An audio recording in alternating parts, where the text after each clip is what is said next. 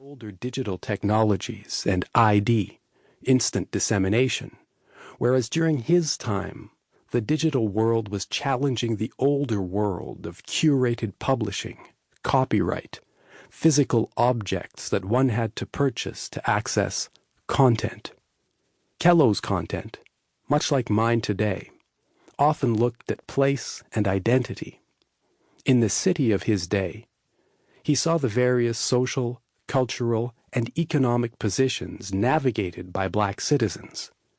He also saw the way black histories were constructed as minor narratives and as narratives that ran counter to official Quebec histories. This allowed for the suppression and minimization of the contributions of black Quebecers to Quebec culture, and for an erasure of their historical presence. Let us imagine for a moment that we are in the milieu, then Montréal, of 150 years ago.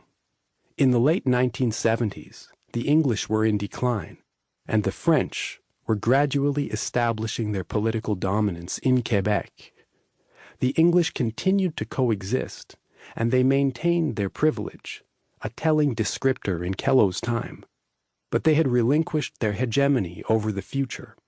A new city was emerging from the ground, or from the street, up, as Kellough often emphasized in his fiction.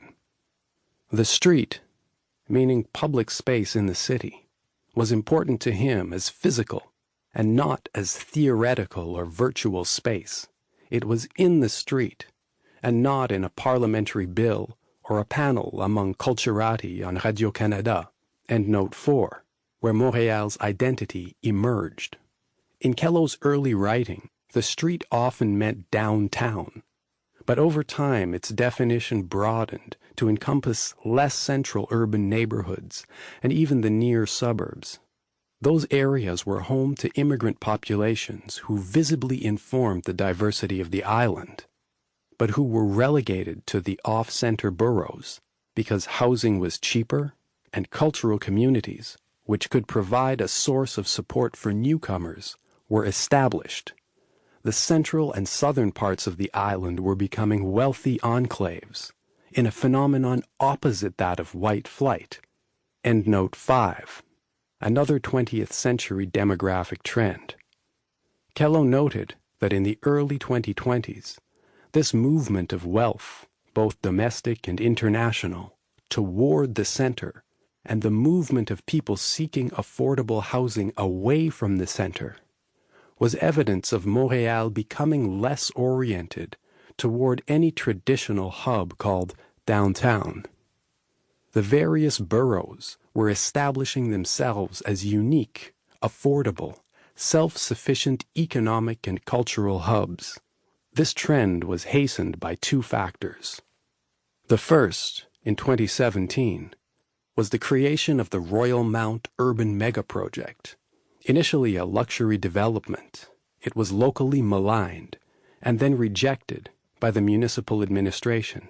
It languished, incomplete, as partners withdrew. It was eventually subsumed by a culturally mixed urban planning committee called the Sepia Future Seers. The SFS proposed a development based on an amalgam of digital models of urban neighborhoods in New York, Montreal, Rome, Barcelona, Medellin, Rio, Berlin, and Beirut. The project would feature affordable rental units alongside properties for purchase of varying values and intricate commercial zoning to accommodate variety among businesses. Independent ethnic grocers would sit next to established cafe chains, fripperies next to upscale furniture stores, artisanal boutiques next to corporate franchises. This was jokingly labeled the cheek by jowl approach, and despite a media establishment that lambasted the idea as naive, the idea transformed the derelict megaproject into a populous city center. Its residents successfully lobbied the city for a westward expansion of the public transit system, and Royal Mount emerged as a rival to the traditional downtown core. The success of Royal Mount shifted Montreal's demographic balance in one